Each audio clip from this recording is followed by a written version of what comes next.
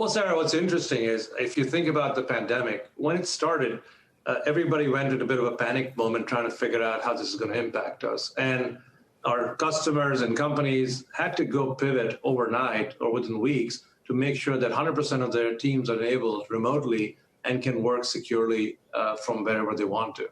And there's a bunch of spike associated with that. But what's fascinating is in the last few months, what has become clear to all of us is that we're going to be doing this for a little bit longer. It's not quite clear how much longer this little bit longer is going to be. And we're seeing the impact of that. The customers are re-architecting to start developing sort of a hybrid work sort of environment, whether you have to work from home or you have to work from the office or wherever you are. So that sort of usually bodes well for people like us who are in the business of providing remote security. Not only that, because the attack surface is increased, now you're vulnerable at home, you're vulnerable where you are. People are getting more and more aware of the need for better security, and we're seeing tailwinds associated with that. What is Crypsis Group? You just closed this acquisition that you announced last time. What kind of capabilities does it give you? I know you've been on a little bit of an M&A streak. Yeah, Sarah, as I've studied the enterprise industry, and what happens is once you have great products, you use that to build a large sales force, which can go and be the partner of choice for the customers. And when they're there, you've got to make sure they keep getting better products over time. That way you keep cementing your relationship as well as providing a better security outcome for your customers. So one of the aspirations we have is whilst we're the largest cybersecurity company, we have the aspiration of being the partner of choice. And in that context, the one area where we're not there for our customers is when they go through a breach, when they go through an incident. And what Crypsis does amazingly is they address about 1,500 incidents a year. When customers are in need, they call them, and Crypsis is there to help them navigate the breach and try and figure out how to get out of it. And we have a phenomenal set of products. Combining that with the capabilities of the Crypsis Group, we believe will allow us to stay on our journey and our ambition to be the cybersecurity partner of choice. Really excited about the acquisition, excited about welcoming the team to Palo Alto Networks.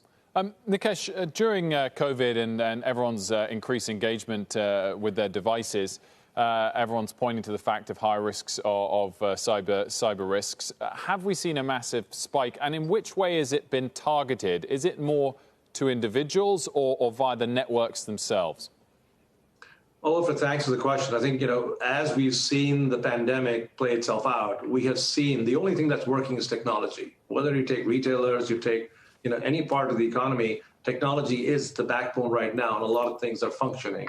And nobody wants that backbone to get disrupted or be vulnerable. And in that context, you're seeing a lot of volume. And to your point, we're seeing a lot of focus from bad actors to try and figure out how to intercept that. You're seeing that both at an individual level, because now we're all individuals and we've pushed out the network perimeter to our homes. So it's a lot easier to get into a company by getting into your computer or your home network and then go from there laterally into your business.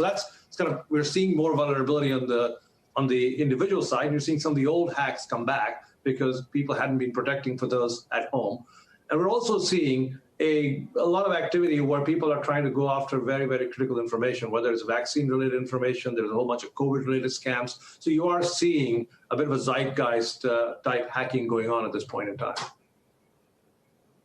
When you say people are going after, is this foreign governments, some of the state sponsors that we've seen happen in cyber hacks, or individuals? What kind of bad actors are we talking about?